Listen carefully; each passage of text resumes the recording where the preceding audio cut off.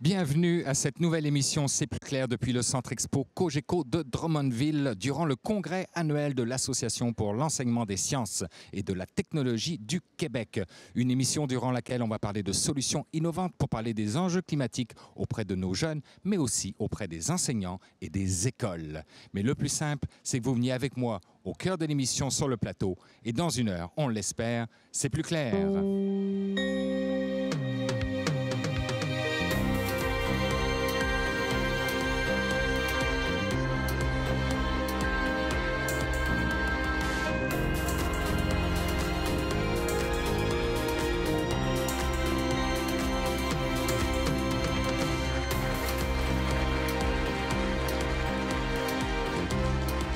Comment enseigner face au changement climatique? Une émission du magazine C-Sciences, de la rédaction C-Sciences, commanditée par, les Fonds de recherche du Québec et le Conseil de l'innovation du Québec. Une émission que j'ai la chance d'animer avec Chloé-Anne Touma, la rédactrice en chef du magazine C-Sciences. Plaisir partagé. Merci. Merci d'être là.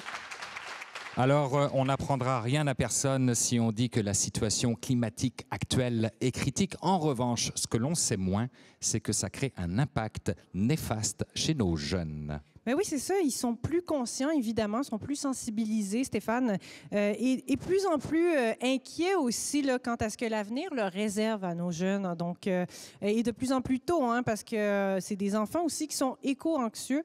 Et là, ce que nous apprend justement une étude de la revue scientifique The Journal of Climate Change and Health, c'est que 78% des jeunes Canadiens âgés de 16 à 25 ans rapportent que le changement climatique affecte vraiment leur état de santé mentale. Donc, quand même, 78%. Et là-dedans, on a 56% d'entre eux qui se définissent comme étant éco-anxieux, carrément.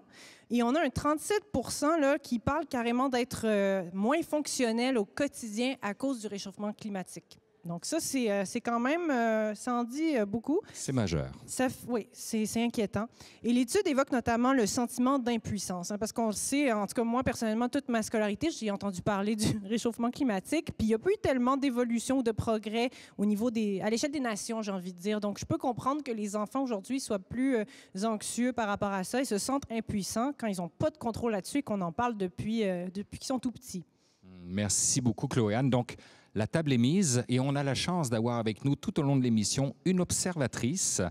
Elle est professeure titulaire de didactique des sciences et de la technologie à l'Université du Québec à Trois-Rivières et titulaire de la chaire d'excellence en enseignement sur l'appropriation des questions technoscientifiques d'actualité. Je vous demande d'accueillir et d'applaudir Audrey Groslot.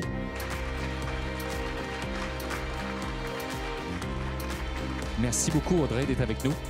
C'est très apprécié. Donc, Chloé-Anne, avant de commencer, tu as parlé d'éco-anxiété chez nos jeunes, mais comment ça se passe? Qu'est-ce qui se provoque si on le fait de façon saine, de façon motivante, positive? Bien, c'est ça, c'est que, bon, on ne veut pas trop rendre ça inquiétant pour les enfants, mais on voit que aussi de faire de la sensibilisation, bien, ça les rend plus conscients, puis c'est quand même les citoyens de demain. Et puis, quand c'est bien fait, bien, ça donne des campagnes de sensibilisation comme celle d'un organisme canadien que vous connaissez sûrement, Friends of the Earth Canada, donc les Amis de la Terre. Ils ont fait une campagne de sensibilisation cette année en lien avec notre consommation alimentaire, donc les étiquettes sur les fruits et légumes. Et il y a une porte-parole assez jeune, Maya Tirou, qui a 10 ans, qui est très engagée depuis un bon bout de temps là, pour l'environnement. Puis j'aimerais ça qu'on regarde, on va découvrir ce qu'elle a à nous dire. Puis ça donne un exemple aussi que les enfants peuvent faire partie de la solution aussi. Donc on a un extrait vidéo, puis on va pouvoir en parler tantôt si vous le voulez bien. The environment is very near and dear to my heart. It's my world. I teamed up with Friends of the Earth Canada to bring awareness to PLU stickers. You're probably wondering what PLU stickers are. A PLU sticker is the little sticker you would find on fruits and veggies at the grocery store. They contain valuable information, such as where the item came from.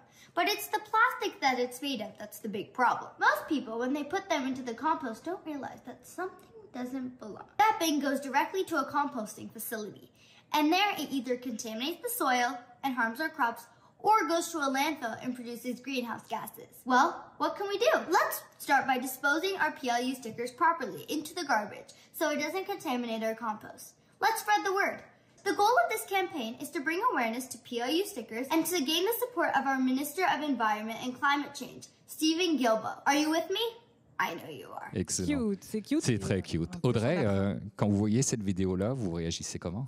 Je vois plein de choses vraiment très intéressantes. D'abord, on voit que la jeune fille est vraiment intéressée à la question sur laquelle elle travaille, puis probablement que c'est une question qui l'intéressait dès le départ. Elle a dû voir dans sa maison l'utilisation de ces petits autocollants-là. Et sa réponse, dans le fond, sa présentation, elle est en plusieurs parties vraiment pertinente. Tu sais, la première, ce que c'est, quel genre de matériaux on utilise. Deuxième partie, c'est quoi le problème avec le compostage, entre autres, dans ce cas-ci? Et la troisième partie, des solutions. Donc, qu'est-ce qu'on peut faire? Faire attention de ne pas contaminer son compost. Et à la fin, en espèce de bonus, elle va venir interpeller le ministre de l'Environnement du Canada pour le sensibiliser à la situation, puis l'amener à poser des actions en ce sens-là. Superbe analyse, merci beaucoup. Chloé-Anne, pour les un peu moins jeunes, on le sait qu'ils ont souvent des convictions par rapport aux enjeux climatiques. Est-ce que tu as des chiffres à nous donner par rapport à ça? Bien, c'est intéressant quand ça commence à se traduire dans le monde économique, hein, donc cette éco-anxiété-là. Les jeunes adultes, on apprend que 70 % des jeunes de 18 à 30 ans, toutes catégories sociales confondues, sont prêts à renoncer à travailler pour une entreprise qui n'aurait pas démontré un certain engagement écologique. Donc ça, c'est quand même intéressant. Puis ça nous vient d'une étude commandée à l'Institut Harris Interactive par le collectif pour un réveil écologique. Donc c'est récent. Et sur ce chiffre, je vous propose de commencer notre réflexion collective avec le premier axe, innover dans les méthodes de sensibilisation des élèves, 20 minutes sur le sujet.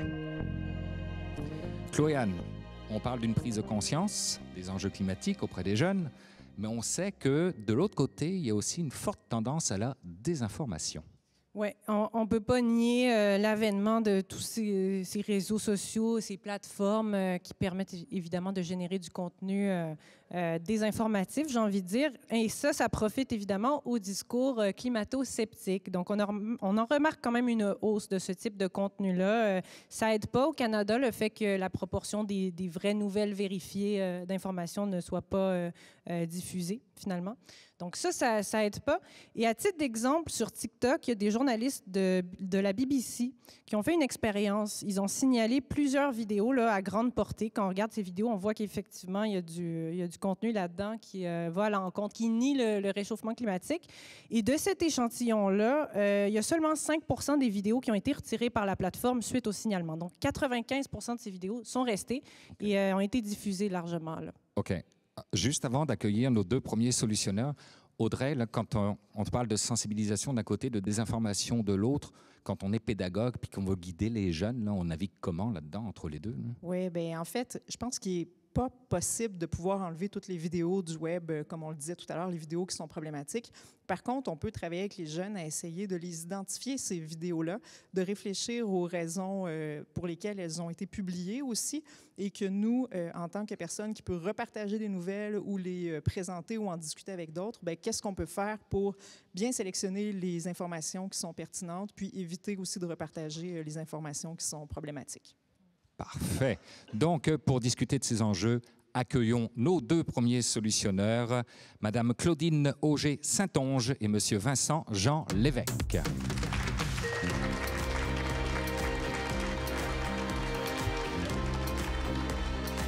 Donc, Claudine, vous êtes conseillère à la transition écologique au Lab 22. C'est quoi le Lab 22? C'est une bonne question. On nous la pose souvent. Dans le fond, en fait, le Lab 22, on est un laboratoire d'innovation sociale et environnementale basé à Montréal. Et notre mission, en fait, c'est d'interpeller la population, plus particulièrement les jeunes, sur les enjeux sociaux et environnementaux afin de générer collectivement des solutions novatrices qui vont avoir un impact durable sur nos sociétés. Et notre projet phare au Lab 22, c'est une démarche d'accompagnement et de soutien des écoles secondaires dans leur démarche de transition écologique. Donc, on accompagne une quarantaine d'écoles dans 7 régions du Québec. On est 11 conseillers et conseillères, donc des personnes qui ont le même poste que moi, et on accompagne ces écoles-là sur une période de 3 ans. Une réponse très claire. Merci beaucoup. Vincent, vous êtes chargé de projet à la coop FA. C'est quoi la mission de la coop FA? La COPFA, c'est une coopérative en éducation relative à l'environnement. Sa mission, c'est de créer des solutions, déployer des solutions positives, créatives dans le contexte scolaire. Donc, l'idée est vraiment d'inspirer l'action éco-responsable pour contribuer donc, à une société durable, comme le mentionnait, comme on l'a mentionné plus tôt. Les programmes phares, c'est Carbone scolaire et les écolabs, les défis gestes. Donc, c'est des programmes clés en main, finalement, qui se passent vraiment à l'école, dans lequel on peut faire de l'éducation relative à l'environnement vraiment auprès des jeunes, des plus jeunes. Donc, on est tous d'accord. Chloé-Anne l'a présenté. Nos jeunes sont éco-anxieux par rapport aux enjeux climatiques. Ma première question pour vous deux, finalement, c'est est-ce qu'ils sont éco-anxieux parce qu'on en parle trop? Bien, je peux me lancer. Oui. En fait, je pense que tous les jeunes ne sont pas nécessairement éco-anxieux, éco-anxieuses. Et aussi, c'est parce que l'éco-anxiété, ça se manifeste de toutes sortes de façons. Mais c'est vrai qu'il y a un phénomène qu'on voit partout dans le monde de... en fait, la couverture médiatique est vraiment anxiogène. En ce moment, on met tellement l'accent sur la problématique. Les discours sont assez catastrophiques et culpabilisants. Et l'éco-anxiété, justement, dans ses différentes manifestations, souvent va prendre la forme, en fait, d'une apathie, en fait, où les jeunes vont simplement se désengager, se désintéresser parce qu'ils se disent « ben moi, j'ai aucun pouvoir par rapport à ça ». Donc, malheureusement, tu sais, dans les manifestations qu'on voit souvent dans les écoles, c'est effectivement un désintérêt ou ce qu'on appelle en fait une fatigue climatique. Parce que c'est ça, les gens se sentent un peu impuissants, impuissantes. Puis si je peux rajouter là-dessus, puis pour reprendre votre question, est-ce qu'on en parle trop? C'est important d'en parler, puis je ne sais pas si, tu sais, il y a vraiment... En parler trop, ça pourrait être un problème. Par contre, il faut se poser la question de comment on en parle. Puis c'est là où, bien, effectivement, on essaie d'amener... Il faut essayer d'amener le problème, puis il faut essayer d'y amener des solutions. Donc, il faut essayer de réfléchir à ça de manière positive. Il faut se mettre en mode solution. Puis c'est pour ça que, bon, on trouve ça particulièrement important d'inspirer vers l'action pour être en mode solution, puis pour arrêter de voir ça comme, effectivement, seulement un problème anxiogène, etc., puis plutôt être axé solution. Oui, Audrey, je vous voyais prendre le micro. Oui, tout à fait. Est-ce qu'on en parle trop? Je dirais non. Par contre, si on en parle en proposant des solutions qui sont autour des petits gestes individuels, autour du court terme, je peux tout à fait comprendre les jeunes et les moins jeunes d'être peu à l'aise avec le discours qui est véhiculé, parce que c'est pas vrai que par des petits gestes individuels à court terme, on pourra faire les changements qui sont nécessaires pour faire face à la crise climatique. Donc, si on s'y prend pas de la bonne manière, si la vision est trop dystopique, c'est quoi la bonne pédagogie qu'il faut mettre en place pour ça? Bien, il y a plusieurs pistes, mais d'aller vers l'action sociale à son échelle, à sa mesure, de pouvoir changer des choses positivement dans sa communauté, de pouvoir faire pression sur les gouvernements, de faire de la sensibilisation comme le fait la jeune fille dans la petite capsule qu'on a vue.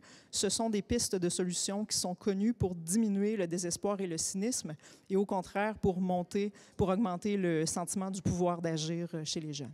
Puis à la coop EFA, c'est quoi les activités que vous proposez pour finalement former nos citoyens de demain? Bien, nos programmes forts, donc dans Carbone scolaire, vraiment le principe est de sensibiliser les jeunes à travers 5 ateliers sur différentes thématiques en lien avec l'environnement. Donc c'est vraiment de les sensibiliser au travers de ces ateliers-là par des programmes d'enquête où les jeunes vont être amenés à essayer de comprendre, à essayer de développer leur esprit critique en fonction de ce qui leur est présenté, puis de les mettre dans une position où on n'essaie pas finalement d'être les pédagogues qui leur disent quoi faire, mais plutôt essayer de faire en sorte qu'ils développent leur esprit critique puis qu'ils sont capables d'engendrer des solutions par eux-mêmes. Puis comme je le mentionne depuis tantôt, c'est sûr que c'est un programme qui est extrêmement axé sur l'action éco-responsable. Donc, c'est souvent finalement déployé à la maison par des défis environnementaux auprès de leur famille pour être capable de vraiment inspirer des solutions concrètes. Oh, on va bientôt se tourner vers les questions du public, mais juste avant, au Lab 22, vous avez aussi des ateliers, je pense. Mais vous êtes également très présent sur les réseaux sociaux. Est-ce que c'est le bon médium, les réseaux sociaux, pour sensibiliser les jeunes? Bien, il faut aller là où les jeunes sont. Puis oui, ça commence effectivement par aller sur les réseaux sociaux. Puis c'est une plateforme qu'on développe de plus en plus. On a notamment des capsules qui vont sortir en novembre, 10 capsules sur les changements climatiques animées par un jeune et vulgarisées pour les jeunes. Donc, ça va parler des causes, des conséquences et des solutions, surtout des solutions en fait par rapport au changement climatique. Mais on mise beaucoup sur l'approche en personne, en fait, je pense au Lab 22. Tu sais, quand on parle de médium, on essaie aussi de briser un peu l'interface justement des écrans. Puis je pense que c'est ça qui fait l'unicité de notre démarche, c'est le temps qu'on passe en présentiel dans les écoles pour offrir du temps aux enseignants, aux enseignantes, aux directions d'école, aux comités qu'on accompagne dans les écoles pour en venir à mettre en place des actions concrètes dans l'école parce qu'effectivement, c'est vraiment l'action, c'est le nerf de la guerre pour s'éduquer par rapport au changement climatique puis surmonter son sentiment d'impuissance. Donc, c'est une question d'équilibre entre des ateliers et ce qui se passe sur les réseaux sociaux. Est-ce que je peux me permettre, dans le public, s'il y a des questions, je vous prête mon micro? J'ai compris que vous invitiez les jeunes à trouver des solutions. Est-ce que vous avez des exemples de solutions qui se sont concrétisées? Parce que nommer la solution, c'est un bon départ, mais qu'en est-il de la suite? Avez-vous été capable de mesurer ça? Vincent? Oui, parfait. Je vais reprendre la parole. Merci de la question. En fait, une des solutions qui est présentée par Carbone Scolaire, c'est vraiment rendu à la maison. Ils sont invités à faire des défis avec leur famille, puis c'est des défis qui sont comptabilisés. Donc, on est capable. Puis là, vu que je ne veux pas vous dire de folie, je ne vais pas me lancer dans un chiffre que qui pourrait être faux.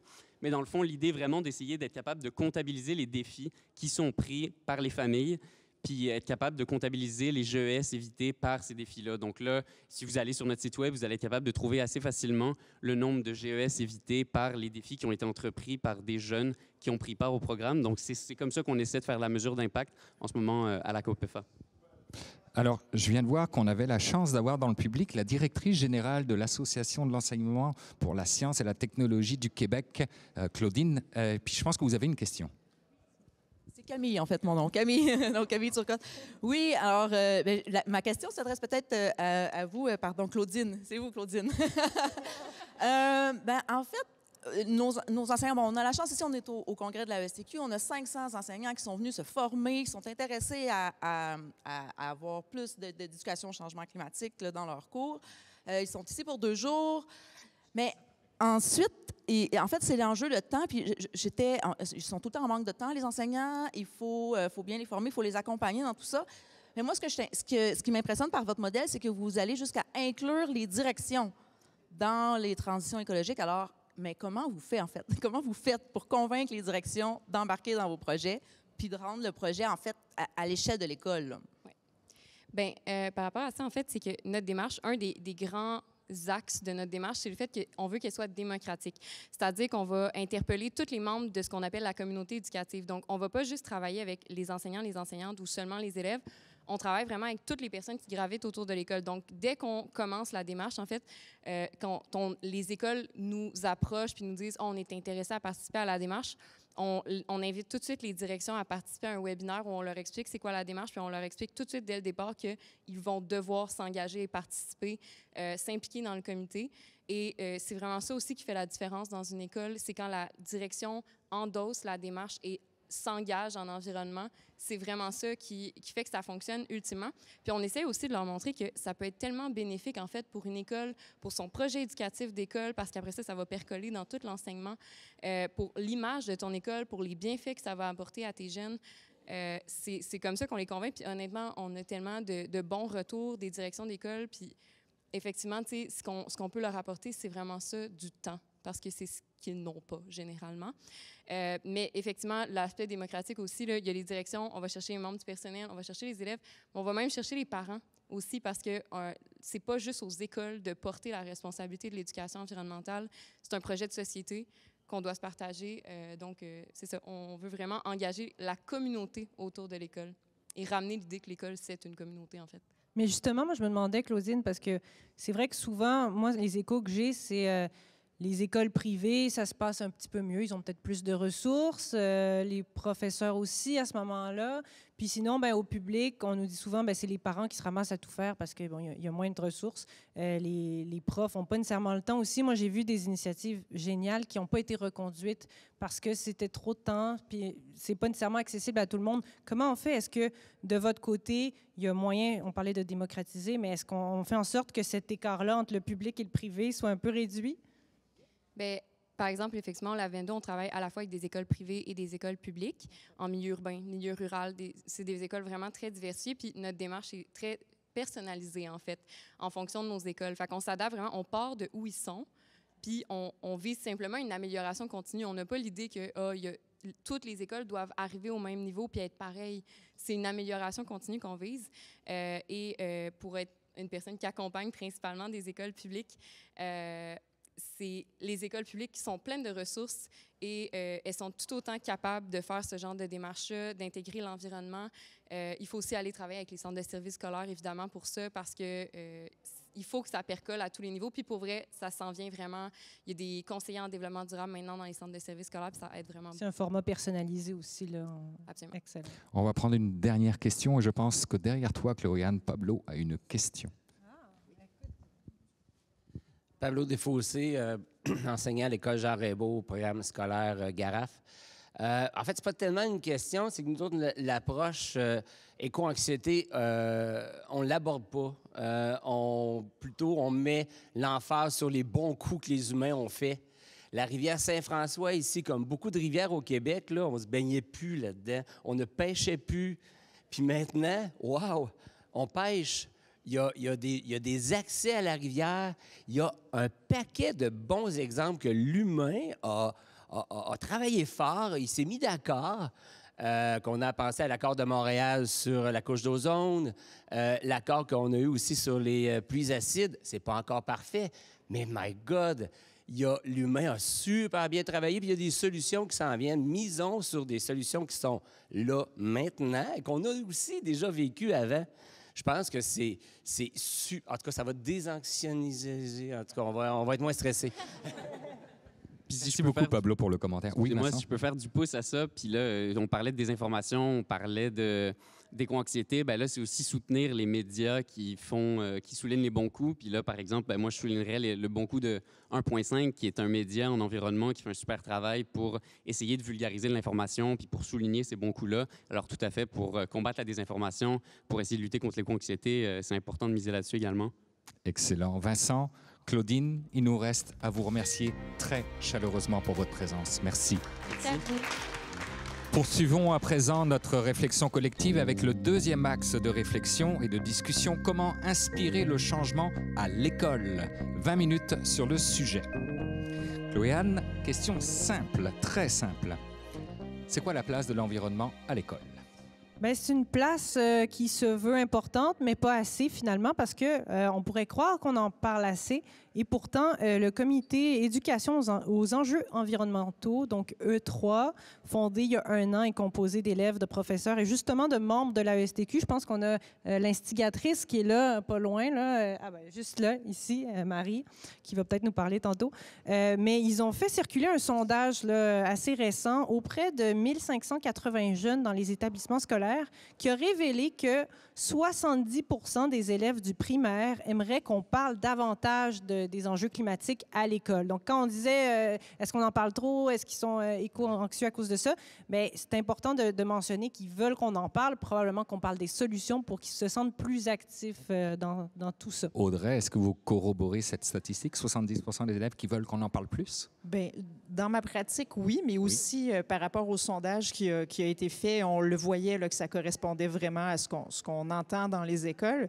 Mais il y a plusieurs prises qui sont vraiment intéressantes pour parler d'environnement dans les classes, au primaire, entre autres, mais aussi au secondaire. La question de l'environnement, elle est transversale. Donc, il y a des prises en enseignement des sciences, il y a des prises en enseignement de culture et citoyenneté québécoise, il y a des prises autour des domaines généraux de formation, environnement et consommation, mais on les prend peut-être pas assez, d'où peut-être le 70% d'élèves qui ont l'impression qu'on n'en parle pas assez. En fait, qui trouvent qu'on n'en parle pas assez. Donc, c'est la multiplication des angles pour en parler qui est intéressante. Il y a un grand nombre d'angles pour en parler et il faut les exploiter. Donc, pour parler de cet enjeu, on va accueillir nos 2 prochains solutionneurs. Je vous propose d'accueillir sur le plateau Laurie Brosseau-Tremblay et le docteur Simon Klein.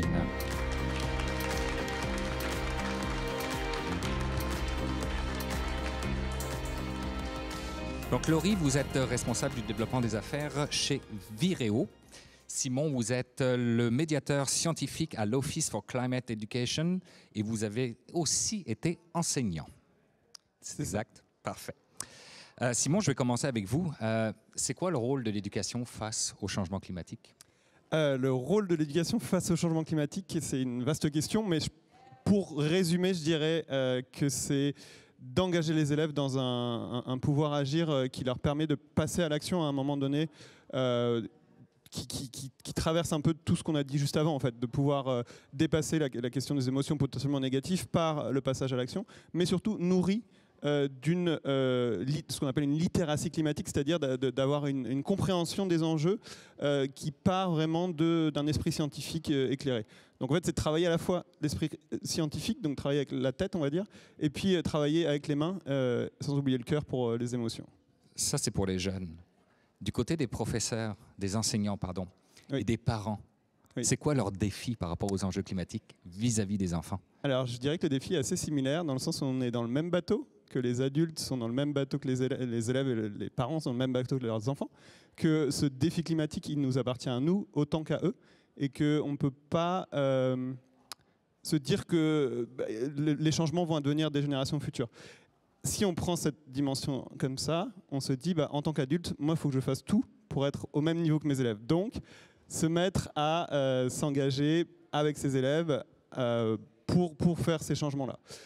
Dans le concret, c'est d'avoir des enseignants qui ont aussi ce pouvoir d'agir. C'est-à-dire qu'ils sont équipés, qu'ils sont formés et qu'ils ont le temps et qu'ils ont un curriculum de formation qui leur permettent d'avoir ces questions-là à aborder avec leurs élèves le plus souvent qu'ils le peuvent pour s'engager là-dedans. Là, vous parlez des enseignants qui doivent être équipés. Si vous faites un état des lieux de ce qui est à leur disposition, est-ce qu'on est en déficit de ressources ou est-ce qu'ils ont tout ce qu'il faut pour pouvoir sensibiliser? Alors moi j'aurais du mal à parler avec ce qui se passe au Québec et j'ai l'impression qu'il y a beaucoup de choses qui sont, surtout venant au congrès de la STQ, je suis admiratif et comblé de voir autant d'initiatives, autant de choses qui se font. Le constat par contre, quand on regarde des chiffres plutôt internationaux, et l'UNESCO fait un travail assez intéressant depuis pas mal d'années maintenant pour réussir à avoir une image un petit peu plus mondiale des besoins et des questions au niveau de l'enseignement. Il se trouve que l'enseignement du changement climatique, l'occurrence du terme changement climatique est très faible dans les programmes scolaires partout dans le monde. Et il se trouve aussi qu'il y a un déficit de ressources dans le sens où les enseignants qui répondu à l'UNESCO, quand il a posé la question, on disait qu'il leur manquait la ressource et la formation. En fait, ils sentaient un manque de légitimité à s'attaquer à ces sujets-là, par manque à la fois de ressources, mais aussi de formation. C'est-à-dire qu'on peut très bien équiper des enseignants avec des ressources clés en main, nous c'est ce qu'on fait, mais il faut accompagner aussi ces enseignants dans la compréhension des enjeux et dans les pédagogies qui seraient adaptées. Donc une question de maîtrise du sujet. Voilà. Parfait. Laurie, je vais me tourner vers vous. Dans l'axe précédent de l'émission, on a parlé du web et des réseaux sociaux pour sensibiliser. Mais là, je vais citer, je ne sais pas qui, chez Viréo, mais vous avez dit que la combinaison de la pandémie et l'utilisation excessive des technologies et des écrans en éducation a eu des effets néfastes sur les élèves. Et là, vous allez voir, c'est extrêmement intéressant parce que vous proposez des alternatives à cela. Et notamment le jardin hydroponique. Et là, on est très intéressé de vous entendre parler de cela. Oui. Bien, en fait, Viréo, nous, on offre un jardin hydroponique d'une capacité de 99 plants. Donc, c'est quand même un jardin assez imposant qui est dans la classe ou dans l'école. Donc, les élèves ont accès à la nature. Et chez Viréo, le concept de biophilie, c'est très important, la biophilie, qui est l'amour profond des humains pour la nature. Donc, on croit vraiment qu'en étant en contact avec la nature, en aimant la nature, bien, ça va amener les élèves à vouloir en prendre soin, en étant constamment en contact. Puis, bien, aussi, ça leur donne un moyen concret aussi de participer à la lutte au changement climatique parce que c'est de l'approvisionnement local. Donc, mais c'est quoi les vrais bénéfices dont ils retirent les élèves puis les professeurs d'ailleurs? Ben, en fait, les élèves, ben, c'est ça, c'est diminution de l'anxiété. Ça les éloigne des écrans. Bon, on est plus en contact avec la nature. Puis au niveau des enseignants, ben, on parlait d'outils. Ben, Viréo, c'est pas juste un jardin hydroponique, ça vient également avec une plateforme pédagogique en ligne. Et sur cette plateforme-là, on offre des activités pédagogiques en lien justement avec l'environnement. Je pense entre autres une activité où on propose aux élèves de calculer l'émission des gaz à effet de serre des légumes vendus à l'épicerie versus les légumes qu'ils vont produire eux-mêmes à l'école. Donc, c'est vraiment quelque chose de concret et les enseignants sont outillés puisque Viréo fournit tous les plans d'enseignants et tout ça. Puis Laurie, je pense, moi j'avais noté, on peut jardiner à l'intérieur, donc tout au long de l'année. Donc ça, c'est vraiment, c'est cool. Puis en même temps, je pense qu'on peut produire jusqu'à 4 récoltes par an. Fait que c'est quand même, c'est intéressant aussi. Oui, c'est ça. Pendant une année scolaire, c'est entre 3 à 4 récoltes. Souvent, justement, les enseignants viennent vers nous parce qu'ils veulent faire de l'agriculture, mais bon, avec le climat au Québec, ça permet moins là, de faire ça durant toute l'année scolaire. Puis, étant donné aussi que le jardin est muni d'une lumière avec une minuterie, on peut installer le jardin à n'importe quel endroit dans l'école. C'est pas nécessaire que ça soit près d'une fenêtre, là. Mais ça paraît être une solution très, très complète, mais est-ce que c'est réellement accessible et facile pour les écoles qui veulent s'en doter? Oui, c'est facile. En fait, il y a plusieurs... vous parlez de financer le projet? Par exemple, oui. Oui, il y a plusieurs mesures de financement. Il y a des mesures gouvernementales. Je pense entre autres à la mesure 1515 en développement durable. Il y a aussi les caisses des jardins via les fonds d'aide au développement du milieu qui vont donner des montants pour financer ces projets-là. Il y a aussi les députés, les maires. Il y a des programmes aussi dans les villes. Donc, puis chez Véréo, on a des gens là, qui sont dédiés 100% à aider les écoles à trouver des mesures de financement. Moi, je vous dirais, à partir du moment où un enseignant est motivé, puis qui veut avoir ça dans sa classe ou dans son école, il y a un réseau de partenaires qui existe. On a près de 300 écoles partenaires, alors je vous dirais que c'est assez accessible. OK, oui. Mais avec 300 écoles partenaires, est-ce que vous pouvez nous donner quelques chiffres? C'est quoi les retombées du jardin hydroponique? Malheureusement, je n'ai pas de chiffres, mais je peux vous dire les retombées. Par exemple, les écoles, ce qu'ils vont faire avec les récoltes, il y en a qui vont les donner à des banques alimentaires, donc une implication dans le milieu. Il y a aussi des écoles qui vont faire des projets entrepreneuriaux, qui vont vendre les légumes pour financer des projets scolaires. Il y a un exemple aussi qui me vient en tête, c'est l'école à découverte dans Chaudière-Appalaches. Eux, ils vendent les légumes à une épicerie locale, et l'épicerie locale appose un petit étiquette pour montrer que ça vient de l'école, la découverte. Donc, ça s'inscrit encore une fois dans l'approvisionnement local. Puis, imaginez pour des élèves de s'impliquer autant comme ça dans une communauté. Ils ont vraiment l'impression qu'ils font une différence puis qu'ils participent à la lutte au changement climatique. C'est super intéressant. Simon, Audrey, est-ce que vous avez des réactions par rapport à ça, peut-être? Alors, pour commencer, moi, je trouve que c'est un projet qui valorise énormément le contact avec la nature, qui est un des enjeux aussi très importants. On parle beaucoup au niveau de l'éco-anxiété. On sait que le contact avec la nature, quelque nature qu'elle soit, et plus on est en contact avec la nature, plus on va avoir des effets bénéfiques sur la santé mentale. Et il y a énormément d'aspects positifs sur ce qu'on va appeler l'éducation de plein air. Donc je pense qu'on s'inscrit dans ces démarches-là de rapprocher en fait l'humain de la nature. Ce que je trouvais particulièrement intéressant dans ce projet-là, c'est l'idée que les légumes produits sont soit redonnés à la banque alimentaire ou revendus à des gens dans la communauté pour financer d'autres projets faits à l'école. Donc, l'idée que les résultats fassent du chemin, je la trouvais fort intéressante. C'est vrai, c'est comme il y a 3 volets positifs, fait qu'on est vraiment dans le concret. Hein. On parle de réduire le gaspillage, on parle de redonner à la communauté, donc il y a le volet humanitaire, puis il y a évidemment le côté environnement. Et aussi, 4e, c'est éloigner des écrans. Fait qu'il y a beaucoup de bénéfices. Oui, mais il y a un 5e, il y a la fierté aussi associée à ça, là.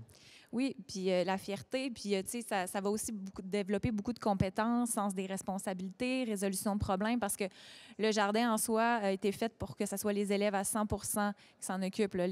L'enseignant agit à titre de superviseur, mais c'est vraiment le projet des élèves. Très beau projet. Est-ce qu'on a des questions dans le public par rapport à ça? Merci. Donc, ma question est pour Simon. Vous, qui, à l'OCE, vous êtes en contact avec toutes sortes en fait, beaucoup de pays qui implantent les changements climatiques dans leur programme. J'aimerais peut-être que vous nous parliez d'un cas ou deux de pays vedettes, disons, ceux qui ont vraiment bien fait ça, et puis comment ils s'y sont pris. Oui, effectivement, à l'OCE, nous, on travaille de plus en plus à ces questions-là, parce qu'on sait que c'est un levier qui est très important dans la démocratisation, j'ai envie de dire, de pousser ces sujets-là pour que toutes les écoles s'en emparent. Donc le levier du curriculum de formation, c'est un vrai levier qui marche très bien pour accélérer le mouvement, qui existe déjà avec beaucoup d'initiatives mais d'avoir voilà, une production de masse et un changement de masse, c'est d'autant plus puissant. On a accompagné notamment l'île Maurice qui a fait son changement de curriculum de formation. Et en fait, c'est intéressant parce que là aussi, il y a une question pluridisciplinaire qui se pose dès le début. Il faut mettre autour de la table énormément d'acteurs différents. Et traditionnellement, les curriculums de formation, ils vont être discutés, j'ai envie de dire, entre des personnes au niveau académique, des personnes, des enseignants et choses comme ça. Et maintenant, le défi du changement climatique impose aussi de regarder ce qui va se passer au niveau des directions, donc d'inclure aussi des personnes qui ne sont pas, on va dire, directement dans l'enseignement, dans la prise de décision au niveau du curriculum scolaire. C'est vraiment important. Et ne pas oublier l'évaluation. Donc c'est un sujet qui est très important quand on veut faire un changement structurel au niveau des curriculums, mais aussi des politiques éducatives en général. Qu'est-ce qu'on veut faire, comprendre, entendre, changer chez les élèves? Donc est-ce qu'on veut parler d'éducation transformative ou en tout cas d'éducation au changement climatique de qualité? Comment on définit cette qualité? Comment on définit la transformation qu'on veut devenir aux élèves? Et ça passe à comment on peut évaluer ça et qu'est-ce qu'on cherche à évaluer? Quelles compétences, connaissances, savoir-vivre, savoir-être on veut faire advenir chez les élèves? Et ça passe par des critères plutôt liés à la compréhension, mais aussi au comportement, on l'a dit beaucoup. Et est-ce qu'on peut évaluer ça? Donc c'est des vastes questions qui vont derrière et qui vont avec. Et je pense encore une fois que l'outil, entre guillemets, changement, et c'est ce qu'on a vu à l'île Maurice, effectivement, que ça a permis le développement derrière de tout un tas d'initiatives qui étaient vraiment axées par ça, parce que portées par un curriculum de formation très engagé dans les questions des savoirs verts, qu'on va dire, notamment des savoirs sur le changement climatique. C'est beaucoup plus technique qu'on ne le pense finalement. Laurie, est-ce que vous avez un commentaire par rapport à ça ou une réponse également? Tout est correct? Simon a très, très bien répondu. Exact. Est-ce qu'on a d'autres questions? Oui, Audrey? Une des choses qui est fort intéressante, puis que j'ai vu justement en participant à une des activités de l'Office for Climate Education, c'est la question des visées de l'éducation au changement climatique. Donc, on a remarqué que dans certaines juridictions, il était plus question que les élèves aient des connaissances autour des changements climatiques, des gaz à effet de serre, etc.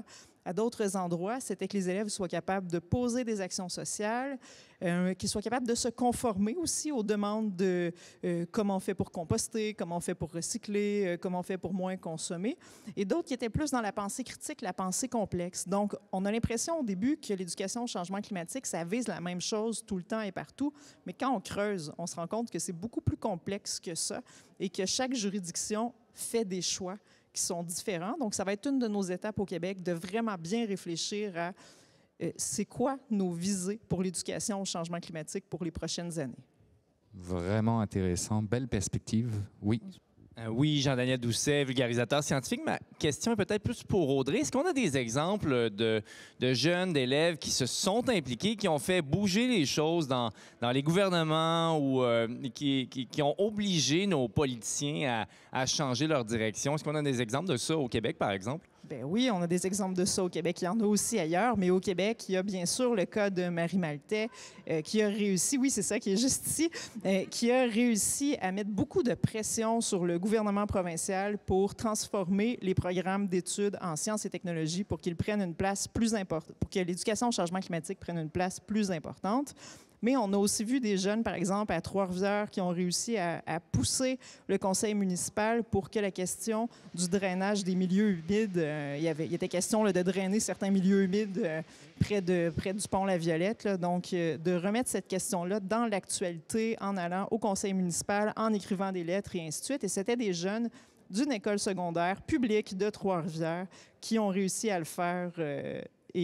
C'est un vrai caillou dans le pied des décideurs. Là. Il faut faire attention à nos milieux humides, en bonne partie grâce à ces jeunes-là. Comment on fait, Marie, pour être un caillou dans le soulier des politiciens? C'est quoi ton truc?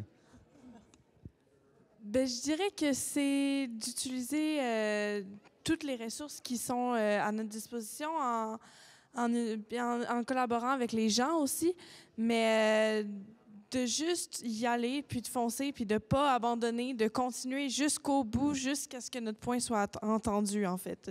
Ça a l'air arrangé avec le gars des vues, mais vraiment pas. C'est juste, ça donne qu'on a... c'est ça, il y a une convergence qui se fait que c'est excellent. Je pense que Simon voulait réagir. Non, je voulais peut-être clore, ou en tout cas faire un pont entre tout ce qu'on vient de dire. C'est qu'en fait, les premiers concernés par les changements de curriculaire, par exemple, ce sont les jeunes et il faut qu'eux aussi soient partie prenante dans la construction et dans le changement qu'on veut pour une éducation de qualité au changement climatique. Donc tout ça, ça tourne voilà, dans le même sens. Il faut que les jeunes soient dans cet engagement-là parce que c'est avec eux et on va pas le faire sans eux, ce changement au niveau de l'éducation si on veut le faire. C'est clair qu'il faut le faire avec les jeunes. Laurie, Simon, il nous reste à vous remercier également pour votre participation et vos réponses vraiment éclairantes. Merci beaucoup. Merci. Terminons à présent notre réflexion collective avec le troisième et dernier axe de discussion, mettre les apprentissages en pratique. 20 minutes sur le sujet. Alors Chloé-Anne, de façon pratico-pratique. Quand on parle d'initiatives dans les écoles pour avoir un impact positif sur l'environnement, on parle de quoi?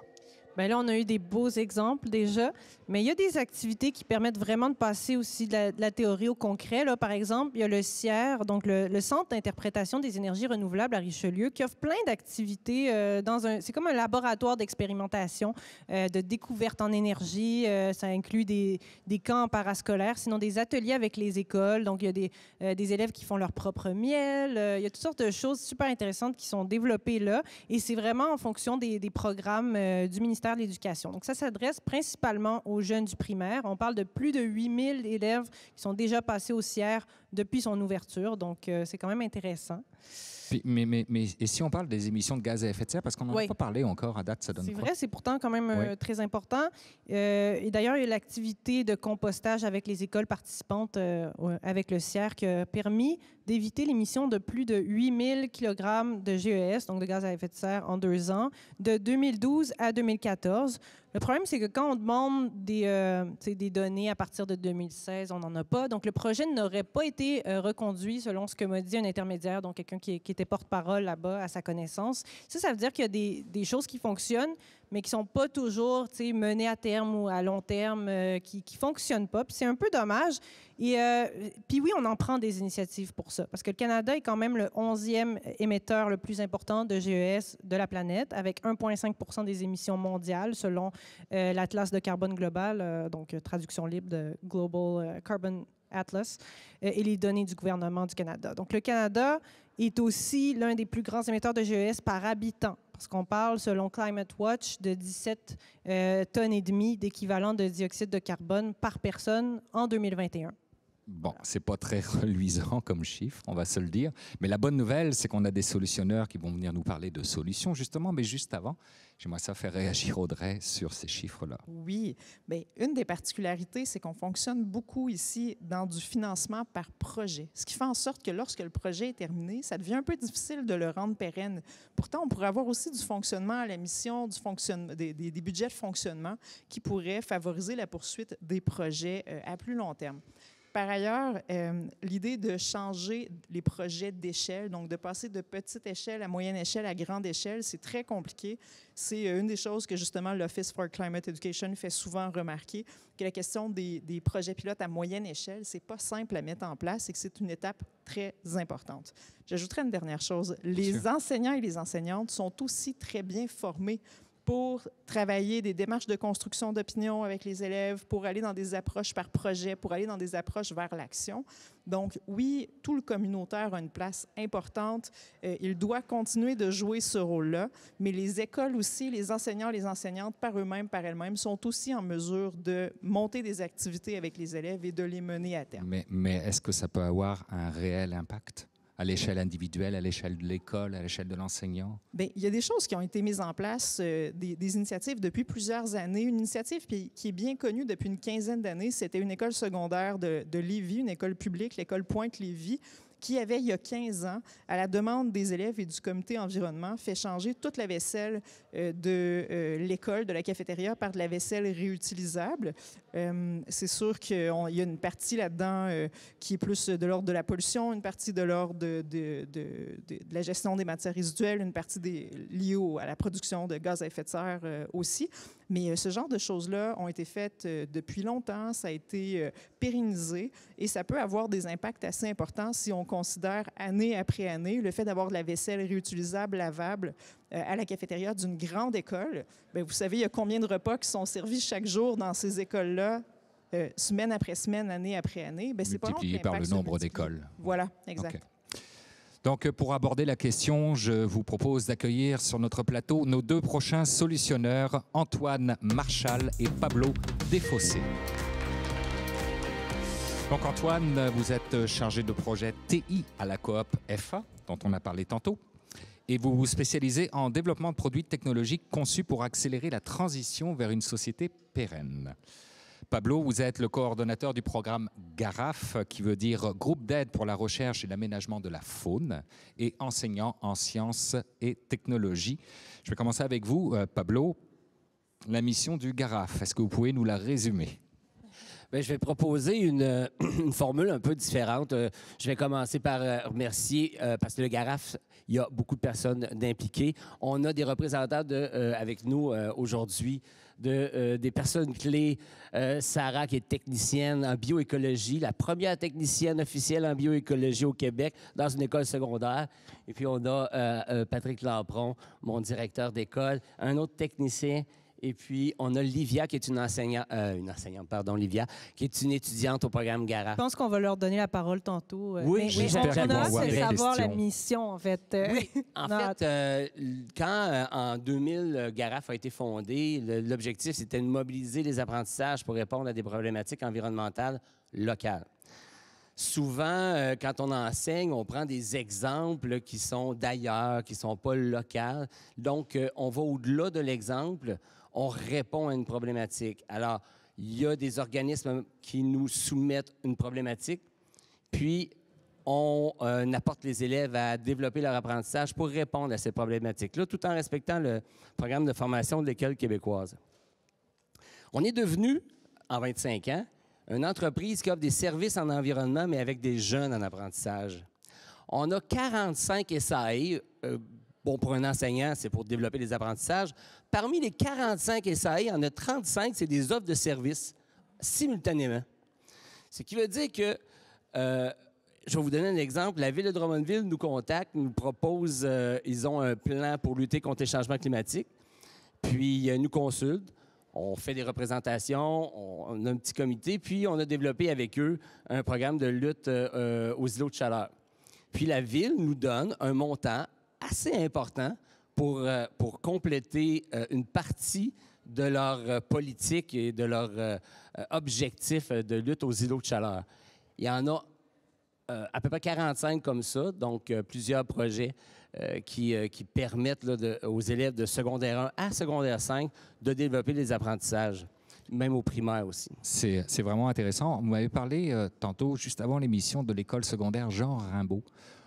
Les élèves acquièrent quoi comme compétences, là?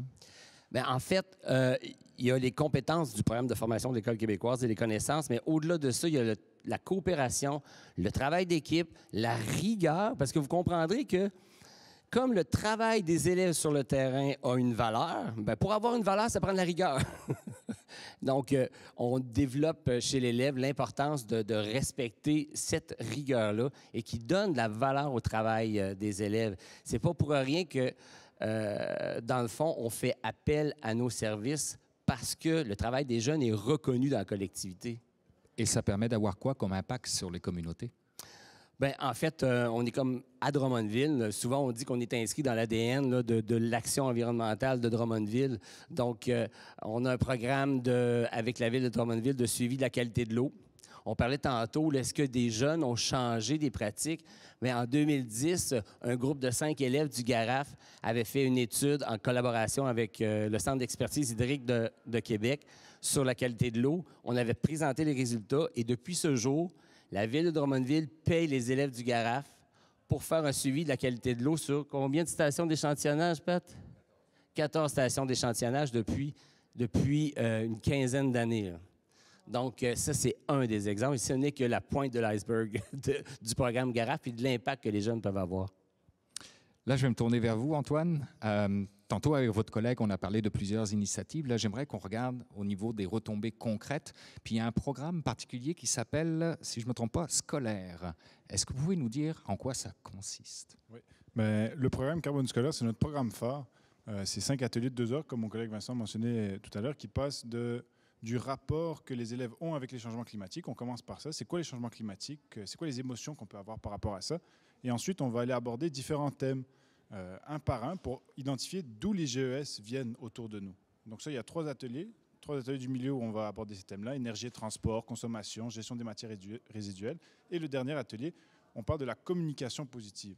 Donc on a parlé tout à l'heure de l'impact individuel qui était important, mais il y a un impact collectif qui est important aussi. À la fin de notre programme, on essaie d'ouvrir la porte vers cet impact collectif-là pour outiller les élèves et leur donner les moyens de communiquer autour d'eux pour mobiliser les gens qui sont autour à l'action.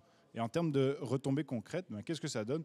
Nous, chaque année, il y a 12 000 élèves qui participent à Carbone scolaire. C'est à peu près l'équivalent de 13 % des élèves de 5e année primaire qui passent à travers nos programmes et qui posent ensemble 25 000 gestes. Ils complètent 25 000 défis avec leur famille pour réduire des GES.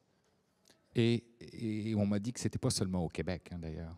Oui, donc c'est ça, c'est au Québec. On a aussi un partenaire qui déploie Carbone scolaire en France. Donc nous, on est une coopérative, on a une approche d'économie solidaire où on a des partenaires de déploiement. Donc au Québec, on a un réseau de partenaires qui est 22 OFA, donc 22 organismes qui vont déployer au Québec et un qui va le faire en France aussi. Donc on a à peu près une centaine de classes en France qui participent à Carbone scolaire. Et il y a de la demande, donc c'est en train de grossir. Puis pour ceux que ça intéresse, on parle de carbone scolaire, c'est SCOL, R-E-R-E, il y a un jeu de mots là-dedans. Exactement, ouais. Mais là, vous parlez d'empreinte carbone, mais aussi d'empreinte écologique. C'est quoi la différence entre les deux? Sommairement, l'empreinte carbone serait comme le petit frère ou la petite sœur de l'empreinte écologique. L'empreinte écologique va venir toucher beaucoup plus de facettes de l'environnement. On peut parler de carbone, on peut parler d'eau, on peut parler de préservation des terres, on peut parler de tout ce qui concerne l'environnement, alors que l'empreinte carbone va juste parler des gaz à effet de serre et du carbone, finalement. OK. Puis dans les autres programmes que vous avez, il y a un programme aussi qui s'appelle Défi Geste. Puis Geste, là encore, jeu de mots, c'est G-E-S-T. Est-ce que vous pouvez nous en parler? Oui, le Défi Geste, c'est notre programme au secondaire. Donc, Carbone scolaire, c'est au primaire. Le Défi Geste, c'est au secondaire et est concentré sur l'alimentation. Donc, on parlait tout à l'heure de l'importance d'impliquer les élèves dans le choix du curriculum et de les impliquer comme partie prenante pour qu'est-ce qu'ils vont apprendre. Mais c'est eux qui ont choisi le thème de l'alimentation. Ils trouvaient que c'était quelque chose d'important. Et donc là, c'est un défi où ils sont invités à déjà apprendre quel est l'impact de notre alimentation sur l'environnement et trouver des façons de substituer les aliments qui sont les plus émissifs pour des aliments qui le sont moins. Et donc là, le concours est tout simple. Mais il faut faire le plus de substitutions possible en une période de temps fixe, en un mois. Et c'est aussi accompagné d'ateliers en classe pour apprendre et éduquer les élèves à pourquoi est-ce qu'on doit agir. Là, vous allez pouvoir profiter d'avoir le micro. Là, avez-vous le goût de lancer un appel au réseau de l'enseignement qui ne participe pas à vos activités? Il y a beaucoup de monde qui participe à vos activités. Mais pour ceux qui n'y participent pas, c'est quoi l'appel que vous voudriez leur lancer? On va commencer avec vous, Pablo. En tant qu'enseignant, on ne peut pas se permettre de rien faire, c'est clair. En tant qu'individu, puis on ne peut pas se permettre de rien faire. Il faut comprendre que la tâche d'un enseignant, elle est très lourde, mais il y a des façons de collaborer avec la collectivité, comme au programme GARAF, qui permet de venir appuyer puis de supporter. On a une équipe technique, Sarah peut en parler, pour pouvoir agir sur le terrain puis avoir de la rigueur, puis aussi supporter les enseignants. Il faut une équipe technique number one. Donc, Sarah, tu peux... Je vais venir à Sarah tantôt. On va juste laisser... L'appel que j'aurai à faire, il est tout simple. C'est Carbone scolaire, c'est un programme éducatif qui est gratuit. Il y a un animateur qui vient en classe, donc les professeurs n'ont même pas besoin de prendre de temps de eux-mêmes puis faire de la préparation. C'est clé en main, l'animateur vient. Inscrivez-vous sur carbonscolaire.com, participez à notre programme éducatif, c'est gratuit. Les élèves aiment beaucoup ça, ça sauve des GES, c'est engageant, c'est inspirant et voilà, inscrivez-vous. C'est un excellent vendeur, merci. Donc Sarah, je vais me retourner vers vous. Super, donc oui, donc juste pour faire... pour faire suite à Pablo, mon collègue, donc c'est la méthode au GARAF qu'on a fini par développer. Donc, c'est vraiment un partenariat entre le technicien et l'enseignant qu'on a fini par devenir une équipe de feu. Donc, c'est vraiment là un technicien en bioécologie au GARAF va vraiment permettre de venir évoluer la classe en tant que telle. Donc, je cherche un peu mes mots, je pense que je suis un peu nerveuse. Donc, en fait, c'est ça. Le technicien en bioécologie au Garaf va vraiment venir donner différents supports. Donc, le premier support que je pense, c'est vraiment le support scientifique. Donc, en fait, là, ça va être d'apporter des bonnes méthodes qui vont être utilisées pour les élèves pour s'assurer que la rigueur va être très bien respectée et très bien exécutée. Donc, c'est ce qui fait aussi une de nos forces au Garaf. Donc, les gens nous font confiance exactement parce qu'ils savent que nos résultats vont être bons et faits de la bonne façon. Également aussi, là, ce qui fait une de nos forces, c'est le support et tout l'accompagnement que le technicien en bioécologie au Garaf va apporter à l'enseignant. Donc, autant pédagogiquement, donc pour lui donner tout le support des formations. Donc, tout ce qui pourrait correspondre à l'équipement qui est utilisé, donc des équipements scientifiques, toutes les techniques, des méthodes scientifiques ou également qui pourraient être utilisées. Donc, c'est vraiment un accompagnement général qui va être apporté à l'enseignant et également aux élèves pour donner un résultat extraordinaire. Donc, c'est vraiment le fait d'avoir une bonne rigueur que les élèves, par la suite, peuvent avoir également du plaisir à réaliser les différents projets. Effectivement, parce que ça peut faire peur de sortir de la classe. Ça fait peur à la majorité des enseignants. Mais lorsque le support, l'encadrement est là, lorsque, avec nos collaborateurs, nos partenaires experts, on a ce support-là, bien, l'enseignant, on a des nouveaux enseignants dans le programme Garaf, puis c'est pas facile de recruter parce qu'on sort déjà d'une classe. Puis, avec cet appui-là, ça devient possible et ça permet de conserver la rigueur et il faut évidemment donner de la formation là, pour pouvoir agir avec les élèves sur le terrain puis être rigoureux. Mais c'est important, justement, là, on a un bel exemple d'importance des techniciens. Parce que ça, dans l'absolu, en sciences et technologies, on n'en parle peut-être pas assez, mais je pense qu'il faut mentionner l'appui. Ça change beaucoup dans les classes. Il y a beaucoup de témoignages aussi des élèves et des profs qui montrent que vraiment, c'est tout un apport, c'est un rôle très important. Puis on parlait des élèves, Sarah, mais si je ne me trompe pas, je te voyais pointer comme derrière toi. On en a une, je pense, hein? Je trouve que pour être un élève, Garaf, par exemple, ça l'aide vraiment parce qu'on fait du travail concret, on va sur le terrain. Donc, au lieu de rester en classe puis apprendre ou de nous shooter de l'information, on est là pour le faire. Puis moi, personnellement, je trouve que apprendre en le faisant, c'est 100 fois mieux. Puis on voit qu'on a un impact, surtout dans notre ville, à Drummondville, que tous nos partenaires nous font confiance. Donc, on le voit qu'on est capable de faire un changement puis que c'est pas juste du parlage. Est-ce que tu peux nous parler du projet de la moule zébrée avec la CEPAC? Oui, on est allé 2 jours au parc de la Yamaska et on est allé en fait s'assurer qu'il n'y avait pas la trace de la moule zébrée. La moule zébrée, c'est une espèce invasive qui vient d'Asie. Donc, on est allé faire des échantillons d'eau pour s'assurer qu'il n'y avait pas, par exemple, de calcium, parce que les moules font leur coquille avec le calcium, et on n'en a pas trouvé. Donc, c'est des bonnes nouvelles, parce que si on en aurait trouvé la trace, ça aurait voulu dire que l'espèce invasive, ça se reproduit tellement vite, donc ça aurait été partout. Donc, Garaf vient aider à ça. Donc, voilà. Wow! Mais je pense que ça montre tout, hein? On a le résultat derrière nous. Audrey, je vais vous faire réagir juste après sur ce bel enthousiasme. Alors, comment réagissez-vous, réagir Audrey? sur 2 aspects qui étaient particulièrement intéressants. La question, justement, de la qualité des travaux qui sont faits quand les élèves font du travail en partenariat avec la communauté. On appelle ça dans le jargon des boutiques de sciences, quand les écoles offrent des services à la communauté. Et on voit dans ce cas-là que les travaux sont de plus grande qualité, que les apprentissages sont de plus grande qualité, que les élèves apprécient énormément l'esprit de partage et l'utilité de leur travail. Puis je fais un lien aussi avec le rôle des techniciens et techniciennes de travaux pratiques ou de laboratoires dans nos écoles. Il n'y a pas encore vraiment de recherche là-dessus. Ça va venir dans les prochaines années. Mais l'AESTQ a travaillé très fort sur l'idée de synergie enseignants-enseignantes, techniciens et techniciennes de travaux pratiques. Et je me permets de vous raconter une courte anecdote. Quand j'ai fait mes stages comme enseignante il y a une 15aine d'années, mon enseignant associé me disait « Audrey, pour qu'un département fonctionne bien, ça prend une excellente direction et un excellent ou une excellente technicienne de travaux pratiques. C'est la façon pour que ça se passe bien. Pas d'excellents techniciens et techniciennes, pas d'excellents départements. Donc, c'est fondamental. Et une première recherche à l'UQAC, à l'Université du Québec à Chicoutimi, par Hugo Collard-Fortin, cherchait à documenter qu'est-ce qui permet de bien intégrer sciences et techno Et il y avait 2 choses qui revenaient beaucoup, l'excellente direction et l'excellent technicien ou technicienne. Donc, il ne faut pas oublier nos collègues techniciens ou techniciennes, comme Pablo le disait.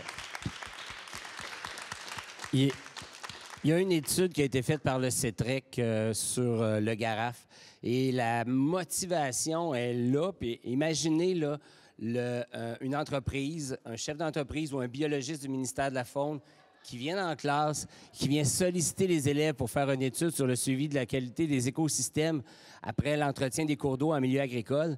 Un gros projet qu'on a monté grâce à la confiance du ministère de la Faune et on a des données qui donnent des tendances finalement sur les actions qu'on porte en milieu agricole. Et ça, c'est fait par 300 élèves qui travaillent d'arrache-pied à certains moments de l'année, qui analysent les données et qui font des présentations pour démontrer, et donner aussi des recommandations pour démontrer quels sont les impacts. C'est un des projets. Il y en a un paquet, il n'y a pas juste au Garaf. Mais nous, c'est dans cette optique-là qu'on travaille. Pablo, Antoine, merci beaucoup pour votre présence et surtout, merci pour votre enthousiasme. C'est vraiment apprécié. Merci. Merci à vous. Merci. C'est donc la fin de cette émission C'est plus clair depuis le congrès annuel de l'AESTQ au Centre Expo Cogeco à Drummondville, qu'on remercie d'ailleurs pour leur accueil. Merci à notre observatrice Audrey Groslot. Merci à nos 6 intervenants et solutionneurs venus proposer des solutions et des approches innovantes pour enseigner et lutter contre les changements climatiques à l'échelle des jeunes et des écoles. Claudine Auger-Saintonge, Vincent Jean Lévesque, Laurie Brosseau, le docteur Simon Klein, Antoine Marchal et Pablo Desfossés. Un merci tout particulier à nos commanditaires et partenaires, les fonds de recherche du Québec et le Conseil de l'innovation du Québec. Merci à tous les collaborateurs qui ont aidé à préparer l'émission, notamment Julie Pigeon de l'association EdTech. Merci à la rédaction de ces sciences, emmenée de main de maître par sa rédactrice en chef Chloé-Anne Touma, à la réalisation Giulia Fratti et NGG Doumbia, à la technique, aux caméras Jean Adler Gaëtan, Pet Sari Pata Mavong et Koussé Hamzeh. Merci à toutes les équipes GTS. À la direction du plateau, Camille Guédamour. La gestion des partenariats était assurée par Jonathan Chodjaï et Gita Golestani. En soutien logistique, Eva Bordin-Vinco. Prochain rendez-vous, c'est plus clair, dans un mois. Nous parlerons d'économie circulaire. Un grand merci à vous tous de nous avoir suivis.